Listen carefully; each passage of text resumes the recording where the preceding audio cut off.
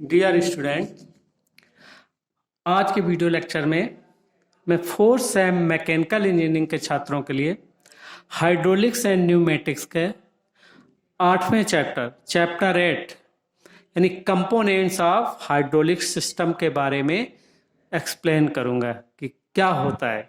तो अभी हमने इंट्रोडक्शन में आपको इसके बताया था 7वें चैप्टर में कि ऑयल पावर हाइड्रोलिक सिस्टम यानी ऑयल पावर हाइड्रोलिक सिस्टम के आधार पर बहुत सारी हाइड्रोलिक मशीन चलाई जा सकती हैं डिफरेंट इंजीनियरिंग फील्ड में, जैसे सिविल में, मैकेनिकल में, ऑटोमोबाइल फील्ड में।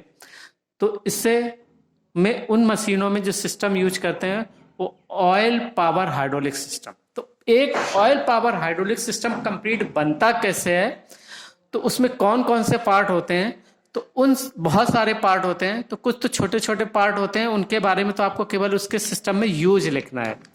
बेसिकली आपको जो डिटेल में पढ़ाना है वो है ऑयल रिजर्वायर, यानी ऑयल जो रिजर्वायर होता है जिसमें ऑयल भरा होता है, coupling, motor and pump, oil filters और पैकिंग एंड सील्स, यानी सीलिंग एंड पैकिंग में क्या क्या यूज करते हैं और कौन कौन सी सीलिंग आती हैं डिफरेंट पार्ट्स के लिए।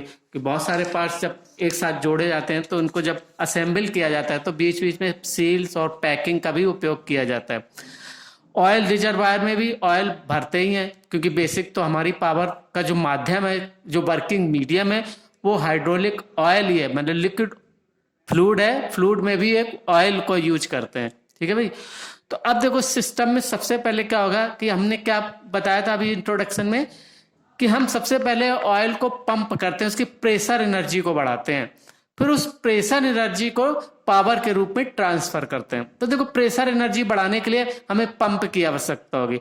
तो पंप को चलाने के लिए तो सबसे पहला एलिमेंट्स क्या होगा, इलेक्ट्रिक मोटर। तो अगर कभी कभी ऐसा भी होता पूरा लिस्ट हो तो लिस्ट भी पता होनी चाहिए कि ऑयल पावर हाइड्रोलिक सिस्टम के कंपोनेंट कौन कौन से होते हैं। तो सबसे पहली चीज होती है इलेक्ट्रिक मोटर। तो इसका क्या कार्य है, पंप को चलाने का। मोटर क्या करती है, पंप को रोटेटिव मोशन दे या लीनियर मोशन दे, तो क्या करेंगे, इसका कार्य पंप को। और इसके स्थान पर हम पंप इलेक्ट्रिक मोटर ना अवेलेबल हो तो आईसी इंजन की क्रैंकशैफ्ट से भी जोड़ सकते हैं उस पंप को, उसको भी चला सकते हैं। तो अदर डिवाइस भी हम यूज कर सकते हैं, मैकेनिज्म, कोई दूसरी ड्राइविंग मैकेनिज्म भी यूज कर सकते हैं। अगर इलेक्ट्रिक पावर उपलब्ध नहीं है, इलेक्ट्रिक मोटर नहीं है, तो हम आईसी इंजन के शैफ्ट से जोड़ देंगे उस पंप को। दूसरा मेन आता है पंप, क्योंकि सबसे पहला काम होता है पंपिंग करना ऑयल को, जिससे उसकी प्रेशर एनर्जी बढ़े। तो इनका कार्य यांत्रिक ऊर्जा को द्रव की दाब ऊर्जा में बदलना है, क्योंकि पंप को हम ऊर्जा कौन सी देते हैं, मैकेनिकल एनर्जी। चाहे पंप लीनियर मोशन करे चाहे रोटेटिव मोशन करे, उसको देते तो मैकेनिकल एनर्जी है। और उससे जब हम कोई भी द्रव गुजारते हैं तो उसकी दाब ऊर्जा बढ़ती है, पंप होती है। तो पंप का काम ही यही है, to increase the pressure energy of a liquid. ठीक है भाई।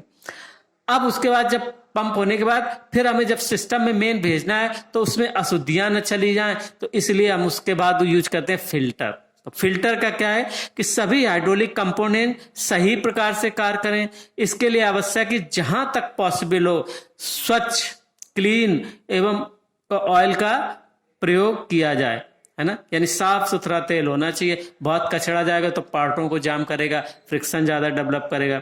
ताकि द्रव सिस्टम को साफ और कुशल रखा जा सके, साथ ही बॉल्व एवं एक्चुएटर को नुकसान से बचाया जा सके, क्योंकि पंप के बाद फिर एक्चुएटर का ही काम आता है। ठीक है भाई, उस प्रेशर एनर्जी को फिर मोशन में बदलने के लिए। तो अब साथ साथ में आता है जब प्रेशर बढ़ता है तो प्रेशर कम ज्यादा ना हो, इसको नापने का भी प्रबंध होना चाहिए, यानी प्रेशर गेज भी लगाते हैं। तो इसका कार्य हाइड्रोलिक सिस्टम में द्रव का दाब मापने का होता है। फिर हम लगाते हैं प्रेशर रेगुलेटर या अनलोडिंग वाल्व, यानी जिसको कहते हैं दाब नियंत्रक या अनलोडिंग वाल्व, जिससे हम दाब को, प्रेशर को कंट्रोल कर सकते हैं, कभी ओवर प्रेशर ना हो जाए। तो इनका कार्य हाइड्रोलिक सिस्टम में दाब को कंट्रोल करने का है। जब भी दाब नियंत्रक यह अनुभव करता है कि लाइन में दाब बढ़ गया है, यानी उस जो लाइन है जिससे कि ड्रॉप फ्लो कर रहा है लिक्विड, यानी आगे वाले सिस्टम में जा रहा है, तो अगर उसमें यह अनुभव करे कि लाइन में दाब बढ़ गया है, तब यह क्रिया करके अतिरिक्त द्रव को बाईपास कर देता है। ऐसी जगह पर इसको लगाते हैं कि वहां से एक बाईपास लाइन भी डली है, तो उससे जाके वापस रिजर्वायर में भेज देता है उस ऑयल को। ठीक है, तथा दाब स्वतः ही कंट्रोल में बना रहता है। फिर आता है प्रेशर रिलीफ वाल्व यानी दाब विमोचन वाल्व। अब इन सबके पार्टों के आपको एक्जेक्टली याद तो करना ही पड़ेगा कि किसका क्या काम है, ये तो याद रखना ही है। एक एज ए मैकेनिकल इंजीनियर ये बहुत साफ जगह, कहीं भी प्लांट में जाओगे, कहीं भी आप इंडस्ट्री में जाओगे, ये ऑलमोस्ट कहीं ना कहीं तो उपयोग होते हैं, तो इन चीजों के बारे में पता होना चाहिए क्या है। तो प्रेशर रिलीफ वाल्व क्या होता है कि प्रेशर रिलीफ वाल्व रेगुलेटर वाल्वों में एक अत्यंत सामान्य प्रकार का वाल्व है। रिलीफ वाल्व की क्रिया सिस्टम के अनुरूप होती है। ये सर्किट में लगे अवयवों को ओवरलोड से सुरक्षा प्रदान करते हैं कि कोई भी जो एलिमेंट्स हैं उनको ओवरलोडिंग ना हो जाए, उसके लिए ये प्रेशर रिलीफ वाल्व लगाते हैं। ठीक है भाई।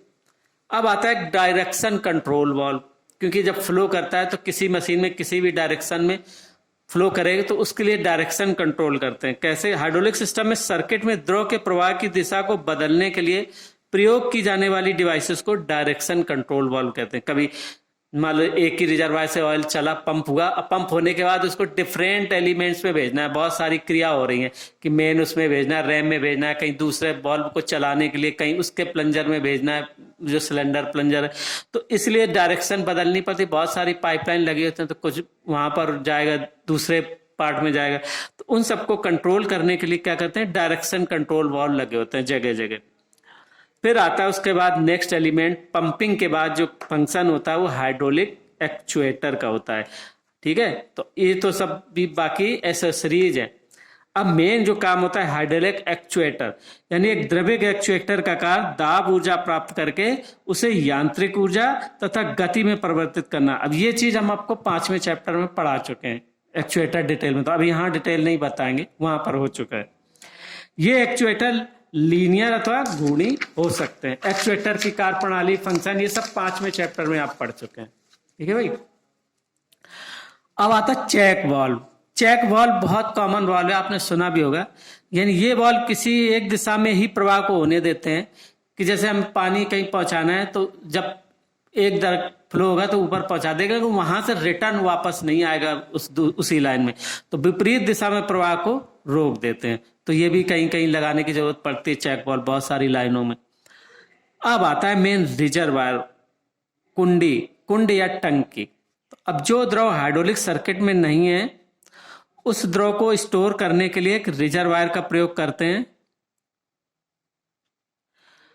एक उचित प्रकार से निर्मित रिजर्वायर तेल में से ऊष्मा को बाहर निकालने में भी सक्षम होना चाहिए, क्योंकि सारा क्रिया करके वापस रिजर्वायर में जब तेल आएगा तो उससे हीट भी रिलीज हो, जिससे दोबारा सर्किट में प्रवेश करे, उससे पहले उसकी हीट कंज्यूम हो जाए। तो अब हम इनको डिटेल में पढ़ेंगे। Oil reservoir, coupling, Motors and pump. तो सबसे पहला ऑयल रिजर्वायर है। अब देखो ये एक ऑयल रिजर्वायर का चित्र है। इसमें इस ऑयल रिजर्वायर के भी बहुत सारे पार्ट्स होते हैं, तब उनके उस ऑयल रिजर्वायर में ये आपको चित्र याद रखना, देखना है कि कैसा होता है और इनमें कौन कौन से पार्ट होते हैं, वैसे उन पे ध्यान देना है कि उन पार्ट्सों का क्या उपयोग है। तो सबसे पहले जैसे इसमें ऑयल रिजर्वायर क्या होता है, टैंक होता है। तो टैंक क्या होता है, स्टील प्लेटों से बनी होती है और इसके इंटरनल सरफेस पर को नमी के कारण लगने वाले जंग से बचाने के लिए सीलर से पेंट कर देते हैं। इसकी तली में एक ड्रेन प्लग लगा होता है जो आवश्यकता अनुसार टैंक को खाली करने एवं सफाई आदि के प्रयोग किया जाता है। टैंक है भाई, टैंक के अंदर जब ऑयल भरा रहेगा तो नमी भी होगी, तो उस नमी से उसको जंग भी लगेगी। तो जंग से रोकने के लिए टैंक के अंदर एक पेंट्स की लेयर जो है वो पहले उसमें सीलर से पेंट कर देते हैं, जो सील को रोकता है। ठीक है भाई। अब इसमें बीच बीच में बफल प्लेट्स भी लगी हैं। अब क्या होता है, पूरी टैंक की लंबाई के साथ साथ टैंक के केंद्र में लगी होती हैं।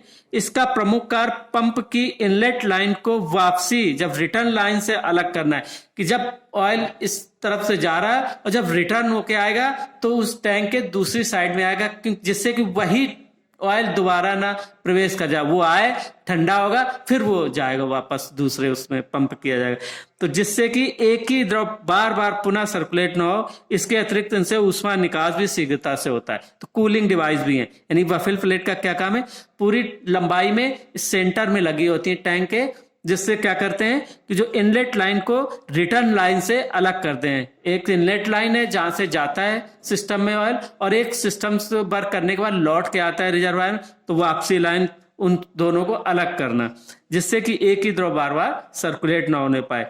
और ऊष्मा निकालने में भी इस अच्छा में ठंडा भी करते हैं।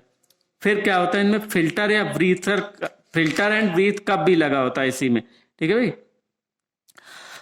तो उसका क्या काम है कि बंद स्थिति में यह एयर टाइट होनी चाहिए, परंतु इसके मध्य में एक वेंट होल हो सकता है जो टंकी में प्रवेश करने वाली वायु को फिल्टर करे और उचित तेल प्रवाह ग्रेविटी भी डेवलप करे। क्योंकि एकदम सील्ड रहेगा तो फिर सर्कुलेशन कैसे होगा, तो इसलिए इसमें एक होल कर देते हैं, छेद, जिससे कि ग्रेविटेशनल फोर्स अंदर डेवलप होता रहे, ठीक है।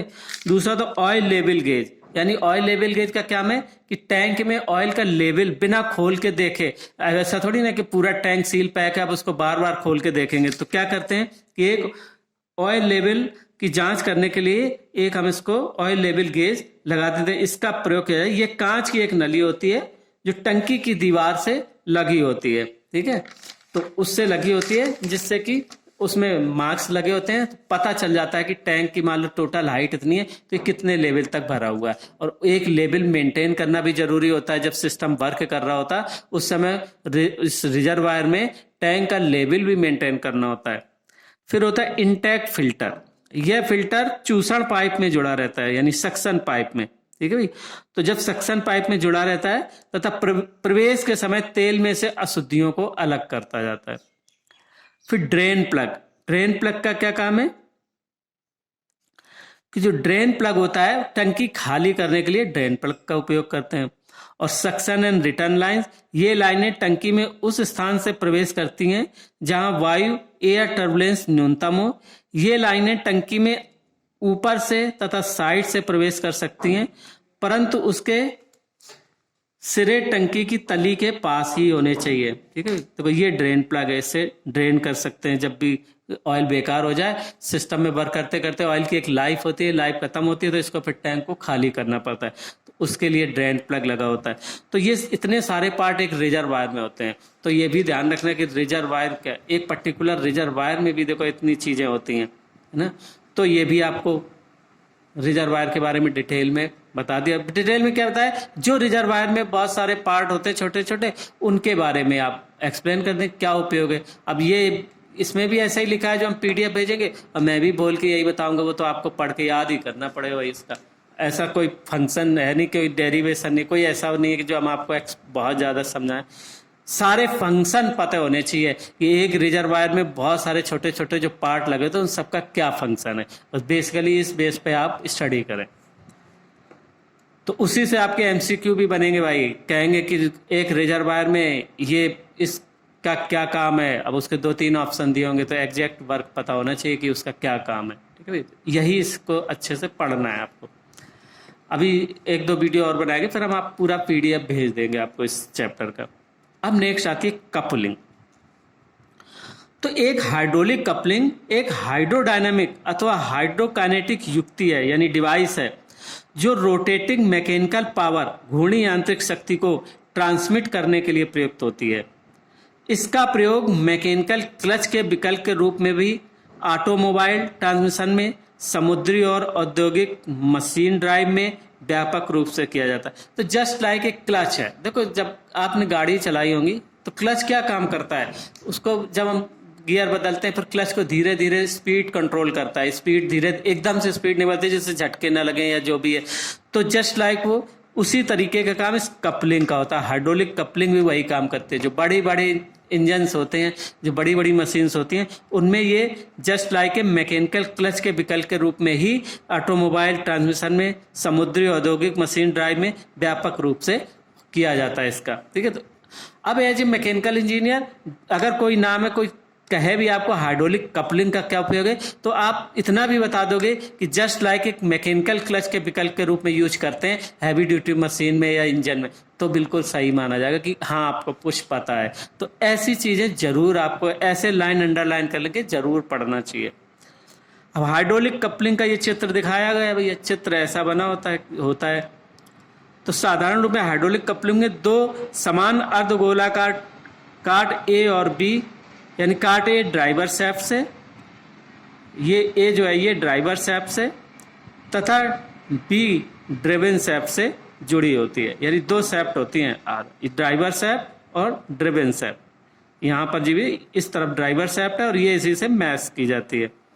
ये दोनों अर्ध काट एक केसिंग में लगे होते हैं जिसमें तेल भरा होता है, ठीक है भाई। ये काट जो है, जो क्रॉस सेक्शन पूरा ऐसा है, अगर वो देखा जाएगा, इसके अंदर ये केसिंग है बाहर और इस केसिंग में तेल भरा होता है। तेल कार्यकारी माध्यम का काम करता है क्योंकि ये है ही हाइड्रोलिक पावर सिस्टम, सब जगह वर्किंग मीडियम तेल ही होगा। तो जब तेल भरा होता है तो जब ड्राइवर शैफ्ट ए पर लगा अर्धकाट पंप इम्पेलर की भांति कार्य करता है तथा तेल को ऊर्जा प्रदान करता है। तो ड्रेविन शैफ्ट और जो ड्रेविन शैफ्ट बी पर लगा दूसरा अर्धकाट का एक प्रतिक्रिया टरबाइन के रनर की भांति कार्य करता है और तेल से ऊर्जा प्राप्त करता है। जब ड्राइवर शैफ्ट घूमना प्रारंभ करती है तो केसिंग में भरा हुआ तेल पंप इम्पेलर की परिधि की तरफ धकेला जाता है और यह तेल प्रतिक्रिया टरबाइन के रनर में प्रवेश करके रनर को घुमाता है और पुनः पंप इम्पेलर में प्रवेश करता है। वास्तव में शैफ्ट बी का वेग शैफ्ट ए के वेग से 2 से 4% कम होता है। यह घर्षण तथा अन्य हानियों के कारण होता है। भाई यहाँ से यहाँ तक ट्रांसफर करने के लिए कि जब इसको चलाएंगे ड्राइवर शैफ्ट को तो जो ड्रिवन शैफ्ट है इसको जो पावर मिलेगी वो कुछ कम मिलेगी क्योंकि बीच में मूविंग पार्ट्स इतने होते हैं, उनके फ्रिक्शन के कारण लॉस हो जाता है, ठीक है। तो this is called the hydraulic coupling.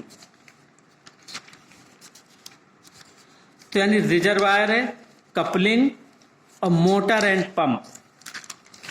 अब हाइड्रोलिक मोटर एंड पंप नहीं, कुछ अगर पूरा वर्किंग नहीं आप याद कर सकते तो कम से कम इसका उपयोग जरूर भाई सबका आना चाहिए क्योंकि ये जो सिस्टम यूज होते हैं आजकल और मॉडर्न मशीनों में तो यही सिस्टम ज़्यादा यूज होते हैं, या तो hydraulic power oil power system या न्यूमेटिक सिस्टम, इन्हीं पे ज़्यादा वर्क करते हैं जो भी मशीनरी है।